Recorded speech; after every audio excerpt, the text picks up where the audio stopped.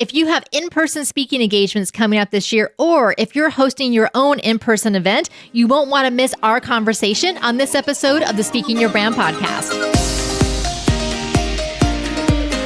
More and more women are making an impact by starting businesses, running for office, and speaking up for what matters. With my background as a TV political analyst, entrepreneur, and speaker, I interview and coach purpose-driven women to shape their brands, grow their companies, and become recognized as influencers in their field. This is Speaking Your Brand, your place to learn how to persuasively communicate your message to your audience. Hi, everyone. Welcome to Backstage with Speaking Your Brand. I'm Carol Cox, founder and CEO of Speaking Your Brand. Thank you so much for joining us today. If you are a speaker and you have in-person speaking engagements coming up, or if you're planning an in-person event, you do not want to miss this conversation we're having today. Joining me is our lead speaking coach, Diane Diaz. Hello, everybody. And two of the women who attended our in-person client retreat speaking intensive last week that we held in Orlando, Florida, Betsy, Jordyn, and Joy Spencer. Hi. Hey. Thank you so much for joining us today. And if you are watching on LinkedIn, let us know in the comments, say hi. Whether if you're watching live or watching the replay, let us know. And we are also happy to take your questions along the way. It has been a very long 2 years of the pandemic where we have been pretty much speaking virtually, and that has been it. So when we decided to do the client retreat in the spring, we knew we really wanted to focus on in-person delivery because let's face it, we're a little rusty, all of us, from having to actually stand in front of people live in person and deliver our talks versus the comfort of Zoom, which we've all gotten used to over the past 2 years. So that was the premise behind the retreat that we held last week. So I want Betsy and Joy to first share the takeaways that they got, not only from the experience itself, but also the takeaways they got from the speaking instruction and the coaching. And then later on in the conversation, Diane and I will share from our perspective as planners of the event and as speaking coaches, the takeaways that we saw from the women who attended. Joy, I'm going to kick it off with you. Why did you decide you wanted to come to the retreat in the first place? Well, I realized that it had been 2 years and I actually had never met you and Diane or a lot of people at Speaking Your Brand in person. So I was like, yeah, this would be a great opportunity to get back in person. I've been meeting up with people in person, friends for brunch, because I never miss brunch, but I haven't done any professional meetups. And so I was really excited to get a chance to connect and work on the speaking that I've been doing on the podcast and on webinars to work on it live. Because as you know, I started working with you just before the pandemic hit, and I was supposed to go on the road and find live places, and it happened. And I've never actually had a chance to do live speaking events from the time that I started working with you. So I was really looking forward to that opportunity to do that and to get put on film. Joy is the host of the podcast called Reframe to Create, an excellent podcast, highly recommended. And Joy is also a storytelling coach of her own. Yes, I am. Betsy Jordyn. Betsy has a podcast called Enough Already, another fantastic podcast. And Betsy is what I call a brand whisperer. She is so good at really getting to the essence of who you are as a brand and how you can bring your strengths and your gifts to the work that you do. Betsy, why did you decide to come to our retreat last week? First off, thanks for the compliment, especially from Speaking Your Brand and the former brand teacher. So I definitely take that. So what I've been struggling with in terms of like my career trajectory or my business trajectories, I've been hovering at that expert place for a long time. And I wanted to kick over because to me, I've spoken to large audiences, but in a training sort of way or a facilitation sort of way. And I know that there's a different kind of vulnerability where you're telling your own story and you're up on that kind of stage where you're just not hiding behind your knowledge and everything else. So I knew I needed a container to continue to kick me up to that next level and to understand how to share what I want to share from a storytelling sort of way rather than let me tell you my 3 points to whatever, which I could do in my sleep. But, let me tell you about why I care about these 3 points. Like, okay, I want to die. And for those of you who are watching us right now, let us know in the comments if you can relate to this idea of feeling like you're really comfortable being the expert and sharing your strategies and your tips, but maybe haven't had as much experience or haven't done as much storytelling in your speeches and your presentations. Joy, let me go back to you. During the instruction that we provided over those 2 days and the speaking coaching during the practice, what do you feel like you learned the most about in-person delivery? Well, I had three major takeaways from the entire retreat. One was about voice, and it's that your voice is not just in your throat or in your mouth, it's your entire body. And I got that from when we did the improv work. So we had a chance on the first day to do some improv tips. And as soon as you said, yeah, we're going to do some improv, I was like, okay, great, thanks. I was not excited about the improv at all. But we really got into it, and we really got into the physicality of delivering and communicating what you're sharing and your message. And I feel like that carried through for me and for a lot of us. Once we all stood on the stage and were using our bodies, whether folks were being more active or doing more acting, but just motion on the stage was a way to really embody the message of what we were sharing. So I was like, okay, so voice is not just about your audible voice, but it's also your physicality that you're bringing to it. So that was one major thing that I got from the improv. Then the second major thing I got from the retreat was about feedback and how feedback is transformative and communal.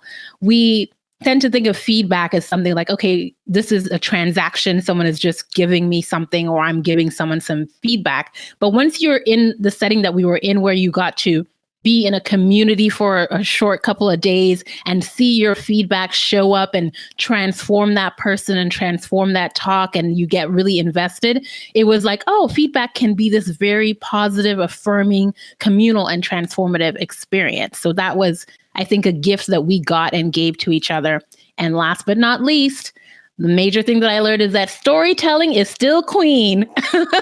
So, and I know I'm biased as a storytelling coach, but really, seriously, once you get storytelling, personal stories, your story, somebody else's story as a foundation, as a base for your talk or your concept or anything like that, it really is solid and something powerful to build anything and everything else on top of that. So I think that if I would encourage anyone who's somehow about their story, is to trust your story. Your story has all the nuggets, all the gold in it that you can pull on it, build on it with other sort of stuff and facts. So those were my three main takeaway: voice, feedback, and storytelling. Perfect, Joy. Thank you so much. And before I asked Betsy what her takeaways were, Betsy, how did you feel about the improv games? I love the improv games. I made a comment because that it seemed like I was against it because I was improving. So I was just trying to say something. No, I loved it. I love improv games. And I've always watched Whose Line Is It Anyway? But it was fun to be able to practice it. And I realized I'm not that funny. So that was good. So it was really good. I loved it. All right. So yeah, the improv, the reason that I had you all do the improv games was one, just to kind of move our bodies around and move our energy around and to get to know each other a little bit better in a kind of a fun way. And then also, as Joy said, the physicality of it as speakers. And, for those of you who came to the retreat, those of you who listen to the Speaking Your Brand podcast in our community, a lot of us tend to be very much in our heads. We're logical, analytical, we're strategic, we create great content, we know our strategies, we know our expertise. And so we tend to live in our heads, and therefore we tend to speak from our heads instead of getting into our bodies and literally embodying our message and then sharing that energy with the audience, which is why I have found improv to be so valuable in recognizing that I have this whole other part of myself that can be used to transmit my message beyond just what's in my head. Betsy, what were your key takeaways from the instruction and coaching that you got? Well, I would echo what Joy said and what you just said, this whole idea of embodying the message. But I feel like we got that from the improv, but also your coach, who you had. I just lost her name. Oh, Pooja Madan. Yes. To me, that was hugely impactful. Like kind of talking through like your audience is already there. It's handpicked for you. And that you have an obligation in some ways to share your message. So there was something about the combination of the improv and that message where I stopped caring if I did it wrong or I'm not as seasoned in terms of storytelling, is I'm just going to take where I'm at right now and just go like one step further. Like I don't need to get like substantially better. Like I'm not going to be to Joy's level. Joy's, by the way, is an amazing storyteller. Oh my gosh. She's hashtag storyteller goals, she's that person. And I'm okay that I'm not at Joy's level. I just wanted to be a little bit better than where I was at. And so that's where that embodying the message, just gave me a more realistic expectations of like, well, where's my starting point in terms of storytelling? So that was like one big takeaway. The second is learning through example. So I luckily got to go last when we were doing our recording, and it seemed like I was just doing it because it's like, oh, okay, I don't want to show up. But it was like I was learning from all the examples. And so there was something about like seeing example after example, like, okay, that's what it looks like. There's one thing to have like the theory around this is what it looks like, the voice framework of what's the framework that we're talking about?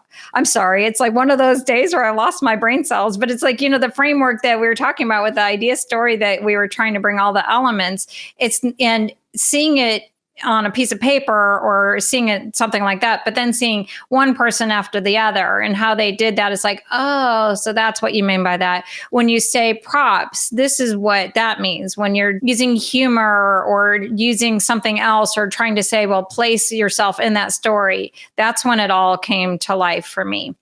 And then the third big takeaway is when you're in a growth container for your business, I don't think that our business development is isolated to our business. I realize like what my core message is, and that it's like, I believe like these work-related crossroads or pushing yourself in a work-related scenario is that if you push yourself here, you're going to push yourself there. So I've always been this person where I could almost like, I felt like I had gum in my mouth where it's like, I couldn't pull the gum out all the time. Ever have like one of those dreams where it's like, you have like all the gum in your mouth. And it's like, as I've developed as a person, it's like trying to pull the gum out of my mouth.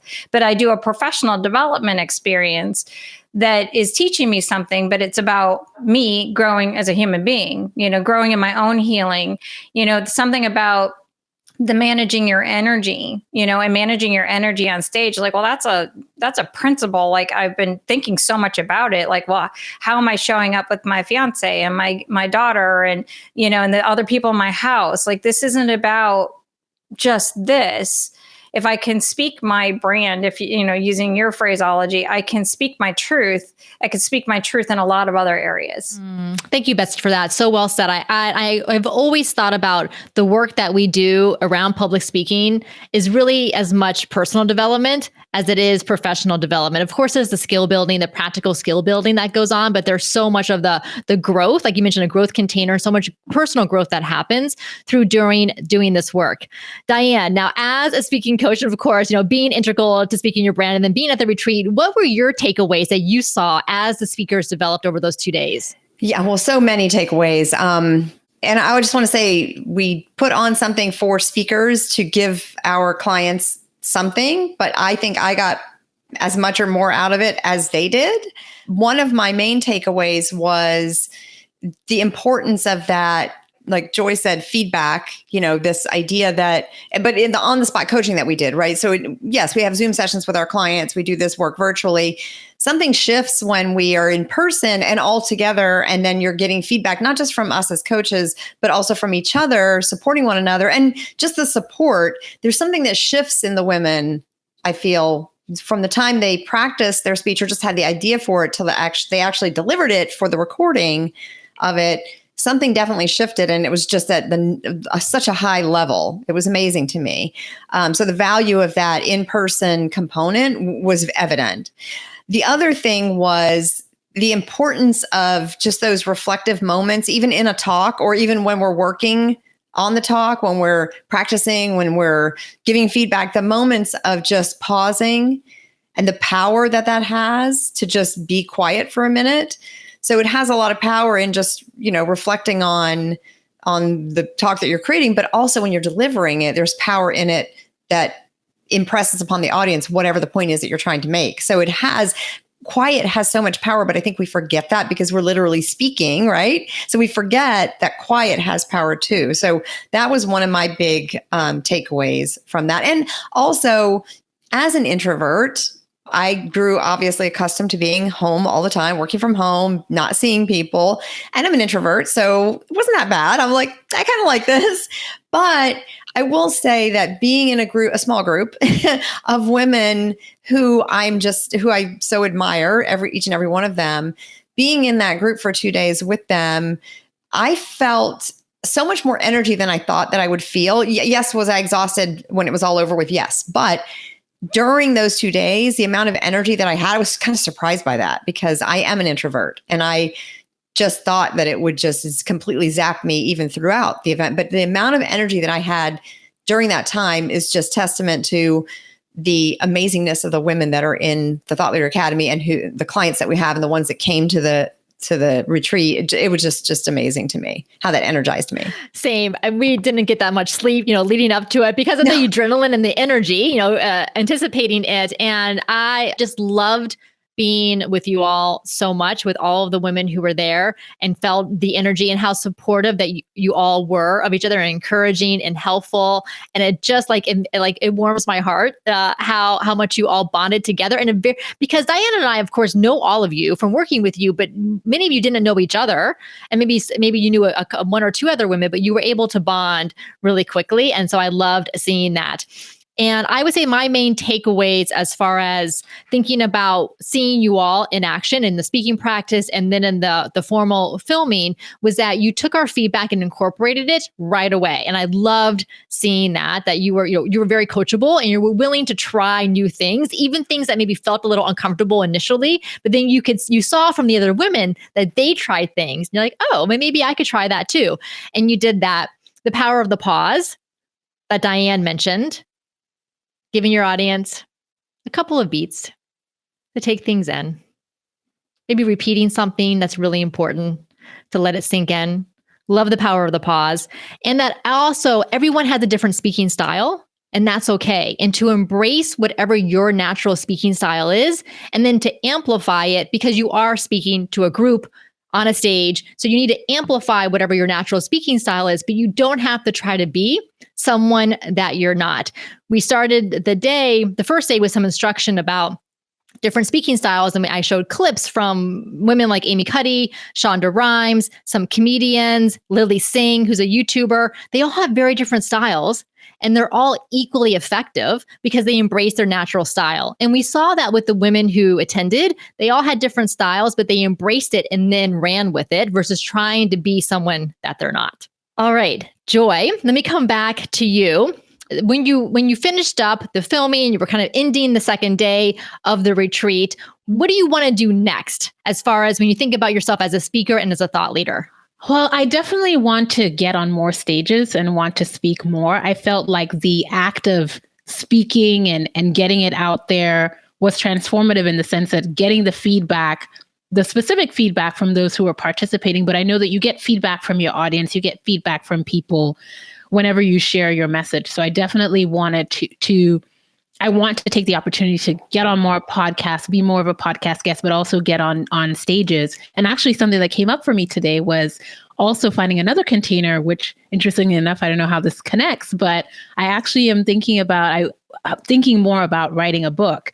And so it's just another way of using my voice and continuing to get the message out there. And, books are a great method for also engaging in speaking and getting into more speaking rooms and getting more speaking opportunities.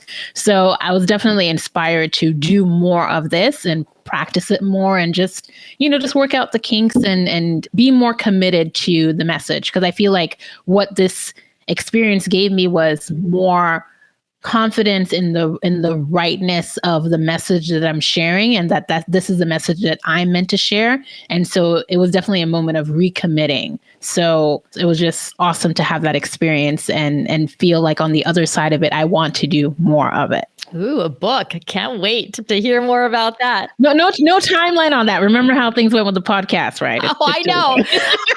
I love external deadlines. Give me a due date. Joy, not so much. I'm like, okay, how about this date? She's like, nope. I'm going to do it. Years later, but it will happen. But It will happen. I know it will happen.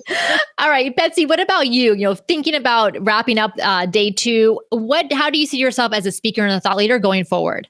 I was thinking the same thing. Is I have a decent network, but I haven't really tapped it for speaking opportunities. So one of the growth edges or the growth opportunities simply to reach out to people that I know and say, hey, I'm developing in this area, and just to practice and practice in a new way. I think that would be something, and to the guest podcast in the same sort of more of a focused sort of effort rather than like, oh yeah, you asked me, that kind of thing. I definitely want to write a book. I've always wanted to write a book for the past 10 years.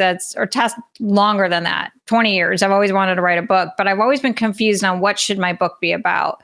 So I feel like through the speaking experience, how many iterations have I gone back and forth with you, Carol, around like, what is my big idea? What is my story? And it's like, I think I keep saying the same thing over and over again. It's just a matter of like refining it. So I think that this would be a good way to back into it. Writing a book, probably maybe not the commercially published, but writing a book would be more of my comfort zone. And I think that the idea of pushing myself in more of a verbal type of communication rather than a written communication has been really helpful. And learning these new containers. Like I had no idea until I was in the Thought Leader Academy how much I was going to love podcasting. I adore podcasting. It's so much fun. I love the interviews. All of my qualitative research or, geeky side comes out. So I think that there's opportunities just to play around with content and formats. Yes, we love podcasting for sure. And it's a great way to keep honing your message and to keep getting yourself out there. So Joy mentioned recommitment and commitment. And that is one thing that I walked away with last week is I feel even more committed and what I would call convicted in the work that we do as Speaking Your Brand to help more women get their message out there, use their voice, have a public presence, because I saw your messages, your stories, and how important they are to your audiences that are waiting for them. As Pooja said during her session with us, your audience is waiting for you.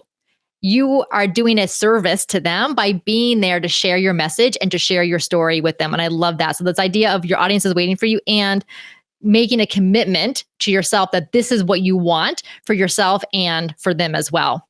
All right. So I'm going to shout out here to some of our commenters. So Katie Anderson was with us last week as well. And she said that she is working on integrating more personal storytelling into her keynotes and her talks, which she's been doing a great job on doing that. And then Monica Pierre says that she loves the power of the pause, gives the brain a chance to catch up with your points. Absolutely. Diane, as the planners of this event, and obviously as the hosts and facilitators of this event, for those who are watching or listening who are also planning in-person events for this year, and probably smaller ones. So we had about 12 to 15 women there between us, the team, and then the attendees. So it was definitely a small, intimate group, which we like because we're introverts and it was just the right size. But I know that there's people out there who are planning much larger events. But if we think about some of the smaller events, where were your biggest kind of lessons as far as planning the event? Well, one of the things that I know that you looked at, Carol, was that book, The Art of Gathering. And so being very intentional about how we bring the women together, what we do while we're together, activities. And so not just letting it be kind of loosey-goosey, and it doesn't have to be super duper structured, but I think having an intention behind not just what we wanted them to accomplish, which was this practice your talk and then get your talk on video, but also the intention of connecting with one another, the exercises we did to kind of get into your body and get, a little more movement, even the dance breaks and having a playlist. And the music was definitely fun. Yeah.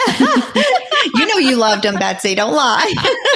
Yes. All of those things, I think the intentionality behind it, I think is really important. So I think it's important to sit down as a team when you're planning an event and think about what do you want it to be? How do you want the people to connect? What do you want them to get out of it, aside from the main objective, which was the recording? But I think that is one of the things that ended up making it such a powerful gathering, is we really were intentional about how we gathered. Yes, I'm so glad you mentioned that, Diane. And what happened was I read through The Art of Gathering, which I had read several years ago, but I went back to it. And then as I was preparing the agenda, as far as the details for those 2 days, I put at the top what the purpose of this whole event was for. Like, why were we doing this? And the purpose I put was to help those who were coming to believe in themselves as the speakers they want to be, and as the speakers they know they can be. So yes, we're giving them very practical instruction and feedback, but really I wanted to kind of cement in you all the belief that you can do this and that we need you to do this. We need you out there as a woman with a public voice. And then what I did is I printed out, we have this like attendees at a glance page that was in the workbook that we ended up creating and handing out. But I had created this page ahead of time and I printed this out. And as I was working on things for the retreat, I looked at the women who were on here and said, we are doing this for them. That is my focus. And that just helped so much to kind of step away from the kind of the logistics, which is important, but really think more about the feeling and the transformation that we wanted to happen. And Diane mentioned like the dance breaks and things. So we had an agenda. We kind of knew what we wanted to cover hour by hour. But as the host, and the same thing for you as speakers, you also have to be tuned to the energy of the room. So I could tell as we planned lunch to start at noon. It was around 11:30 a.m. on day one. I was like, I'm feeling the energy kind of sap a little bit. I know mine is. I can kind of sense it from the room. So let's wrap up what we're doing and let's go ahead and start lunch at 11:45 instead of at noon. So just being mindful of what your audience needs. Do they need some reflective alone time? Or do they need that dance party to bring the energy back up? So that's one thing just to keep in mind, again, as a speaker, as a host, as you go along. All right. So any final thoughts before we wrap up for today? Oh, let me say one thing before we do that. So I had joked around for the past couple of months that, are we going to do another event? Because obviously event planning is a lot of work. And Diane and I we do not love event planning. Some people love it. We do not love it. We love being there. This is why we're speakers, because we like showing up at other people's events where everything is already done. But I will say we loved it so much. We are definitely going to be doing another event. Yay! We're actually going to do one this coming fall. So late October, we're looking for to secure the dates for that. So we'll do it. And then we'll do another one early next spring, probably late February or early March. So we will definitely be doing another one because we've seen the impact being in person and getting that on the spot coaching and feedback and getting that practice makes. Someone wrote on their feedback form, because of course we handed out feedback forms at the end, that they felt like it 10x'd their speaking by being in person and being able to do that versus just on Zoom. So we know the power of this. So we're excited to bring this to you again this fall and again next spring. Yes, we're waiting for the dates. We need exact dates because how our calendars go. Yes, I will get you the dates as soon as we have them. All right, Betsy had to leave, but Betsy, thank you so much for being here and for sharing your experiences. Make sure everyone to connect with Betsy on LinkedIn. Joy, Spencer, thank you so much for being here as well. Be sure to connect with Joy on LinkedIn and listen to both of their podcasts. Diane, thank you as always for being here and for all the incredible work that you do with our clients and internally for speaking your brand. For all of you who are watching and listening, again, say hi in the comments so that we know that you're out there. If you would like to work with us, our Thought Leader Academy is open for enrollment for our next start date, which is May 10th. So coming up in about a month, you can get all of the details and you can submit your application by going to speakingyourbrand.com/academy. Again, that's speakingyourbrand.com/academy. And once you become a client of Speaking Your Brand, that means you're eligible to attend our client retreat, which you will definitely want to do. All right, everyone. Thank you so much. Take care.